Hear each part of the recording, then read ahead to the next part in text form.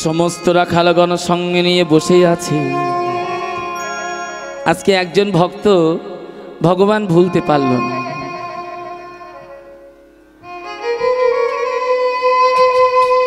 শ্রীরাম সুদাম দাম বরসুদাম আর একজন ভক্ত আজকে ভগবান কৃষ্ণের সঙ্গে গোচারণে এসেছেন। প্রত্যেক দিন আসে, আজও এসেছে। নামটা হলো কি? ভগবান কৃষ্ণের সখা সুবল। সুবলকে নিয়ে ভগবান বংশীবর বৃক্ষের নিচে বসে আছে। সুবলকে এত আদর করছে কেন জানেন? এই যে আমরা কীর্তনিয়াগণ এখানে এসেছি কিন্তু শুধু পয়সা নেবার জন্য নয়, অন্তত আমি। আর একটা জিনিস আমরা পাবো, বলুন তো কি মা? কি পাবো বাবা? আমরা পয়সাও পাবো, আপনাদের মতো ভক্তের চরণ ধুলিও পাবো। নিতাই গৌর হরি হরি ও। আজকালকার সবাই নিতে চায় না, কিন্তু আমি নেবার আমার বড় আশা। ঠিক তদ্রূপ সুবলকে নিয়ে এসেছে ভগবান, তার একটা কারণ ছিল। কারণটা কি বাবা? সমস্ত অপরাধের ক্ষমা হয়, কিন্তু বৈষ্ণব অপরাধের ক্ষমা হয় না। নিতাই গৌর হরি বল। কি বাবা ভুল বলছি না তো?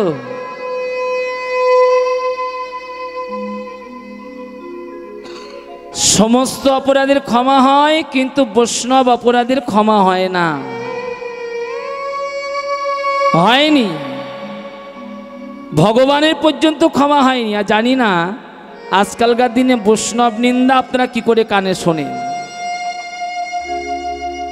এই সমস্ত কীর্তনিয়াদের আবার হাজার হাজার টাকা দিয়ে আপনারা নিয়ে আসেন।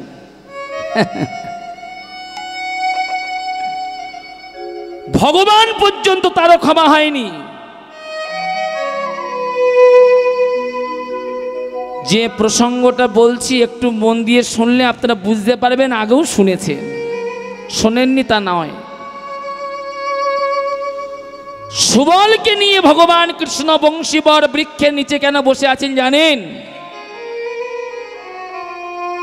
এই সুবলের কাছে ভগবান আগের জন্মে অপরাধ করেছিল। ভগবান ঋণটা শোধ করবে মধুর বৃন্দাবনে। যদি কেউ কোনো বিনা অপরাধে বৈষ্ণবের চরণে অপরাধ করে, তাকে অপরাধ খণ্ডন করতে হবেই হবে। ভগবানের পর্যন্ত রেহাই হয়নি। এই সুবল আগের জন্মে কে ছিল জানেন? সুবল আগের জন্মে ছিল বিভীষণ পুত্র তরণী সেন। নিতাই গৌর হরিব। একটু ঋণের কথাটা বলি বাবা, তাহলে বুঝতে পারবেন না আপনারা। বলবো মা, বলবো? একটু উলুধ্বনি করো তোমা দেখি। নিতাই গৌর হরিব।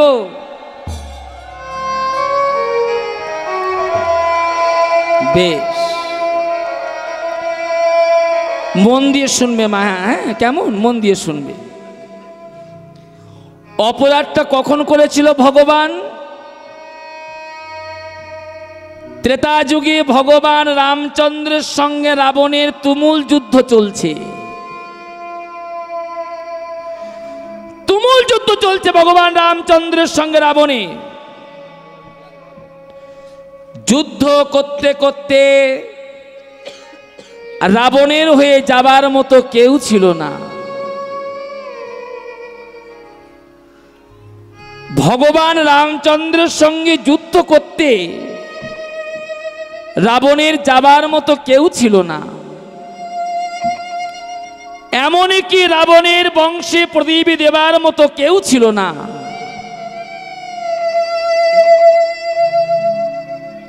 বসো বসো, এখানে বস, এখানে বস,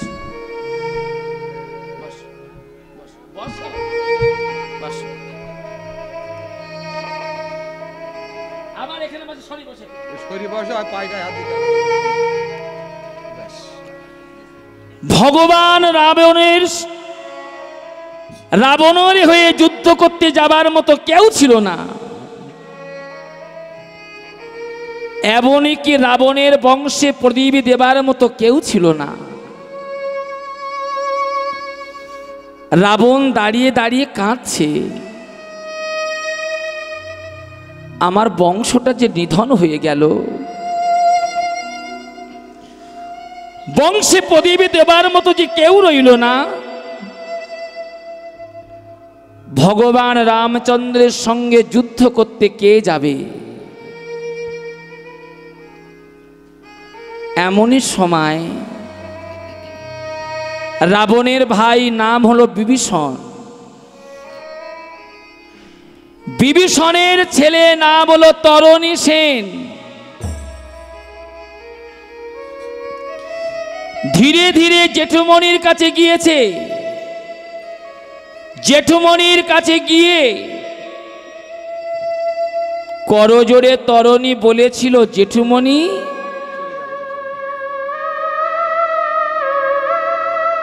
তুমি দাঁড়িয়ে দাঁড়িয়ে কেন কাঁদছো? কেন তুমি দাঁড়িয়ে কাঁদছো? রাবণ বলেছিল, বাবা তরণী, আজকের এই দিনটাই হলো আমার কাঁদবার দিন। আমার হয়ে ভগবান রামচন্দ্রের সঙ্গে যুদ্ধ করতে কে যাবে? যুদ্ধ করতে যাওয়ার মতো যে কেউ রইল না, বংশে প্রদীপ দেবার মতো যে কেউ রইল না, আমার বংশ যে নিধন হয়ে গেল।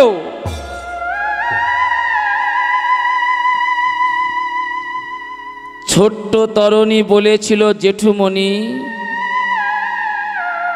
কেঁদো না,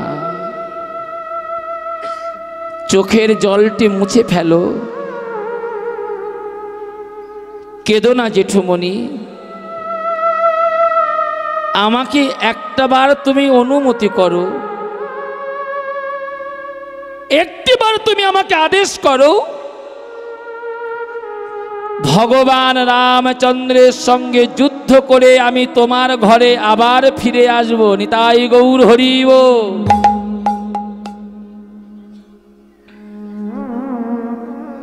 তরণী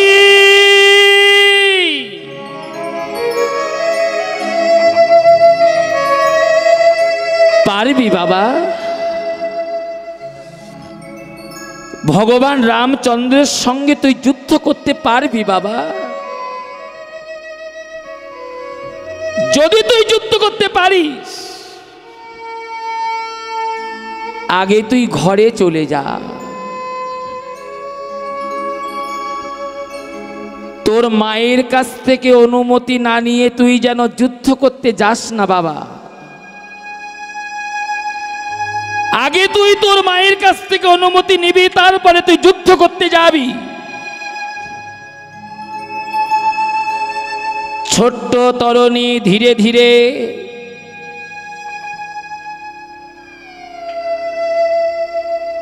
মায়ের কাছে গিয়ে হাতটা বাড়িয়ে দিয়ে বলছে, মা, মা,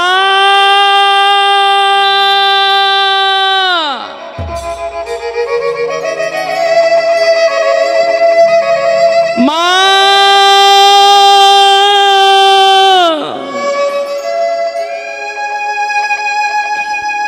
তরণী তুই এমন চিৎকার করে কেন ডাকছিস আমাকে বাবা? মা,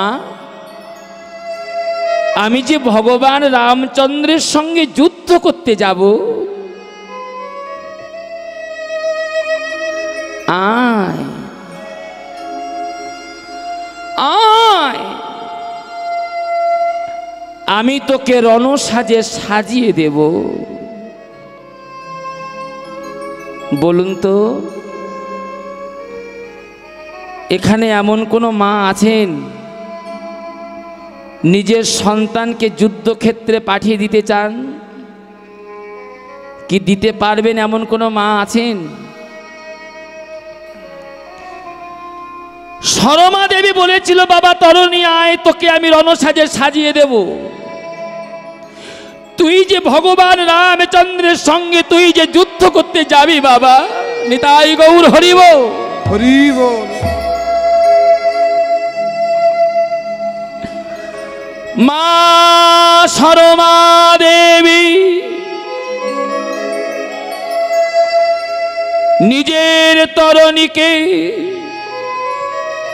কোলে বসালো, কোলে বসালো, সাজিয়ে দিচ্ছে কেমন করে মা? নিজের পুত্র তরণীকে কোলে নিয়ে বাঁ হাতে চন্দন গুলে দক্ষিণ হস্তের অঙ্গুলি দিয়ে রণসাজে সাজিয়ে দিচ্ছে মা হয়ে নিজের পুত্রকে। চন্দন নিয়ে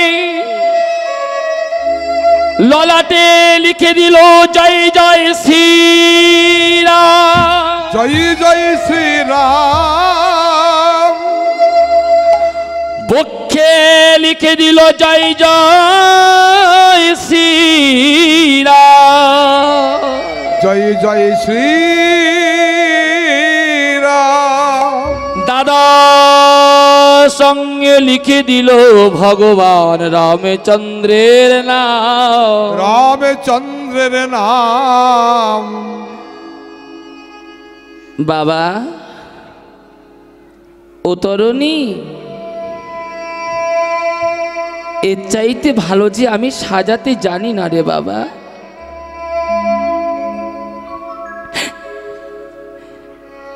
এর চাইতে ভালো যে আমি সাজাতে জানি না রে বাবা। তবে হ্যাঁ, আমি তোর গর্ভধারিণী মা, যুদ্ধ করতে যাবি ভগবান রামচন্দ্রের সঙ্গে, যা। তবে তোকে একটি নাম শিখিয়ে দেব বাবা।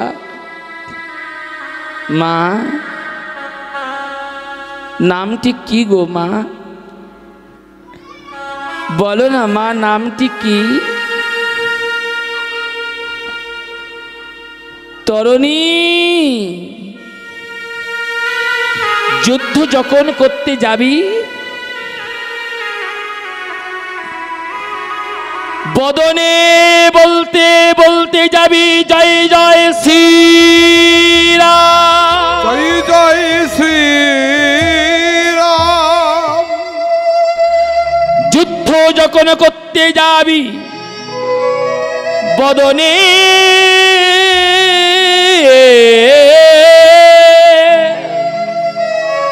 বলতে বলতে যাবি জয় জয় শ্রীরাম, জয় জয় শ্রীরাম।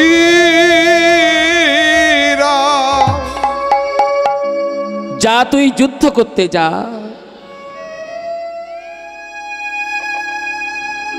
ছোট্ট তরুণী ঘর হতে বার হতে যাবে। তরুণীর দক্ষিণ চরণটা ঘরের বাইরে, বাম চরণটা ঘরের ভিতরে।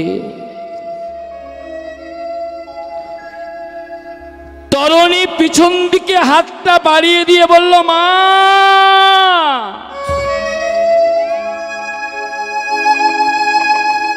তুমি আমাকে সাজিয়ে দিয়েছো মা।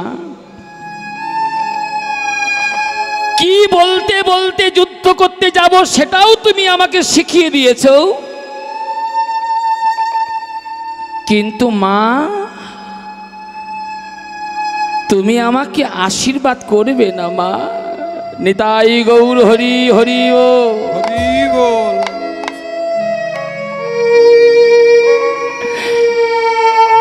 তুমি আমায় আশীর্বাদই করলে না তো মা।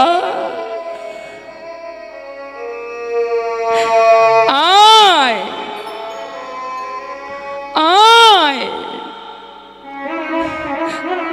আমি তোকে আশীর্বাদ করব বাবা।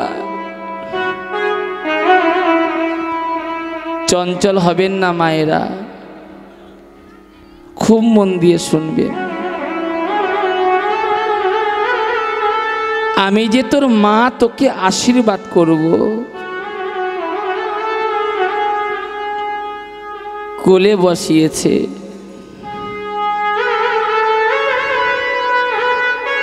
তরুণীর মাথায় হাত দিয়ে আশীর্বাদ করছে। বাবা তরুণী, তোকে আমি এই করি আশিস, তুই যার সঙ্গে যুদ্ধ করতে যাচ্ছিস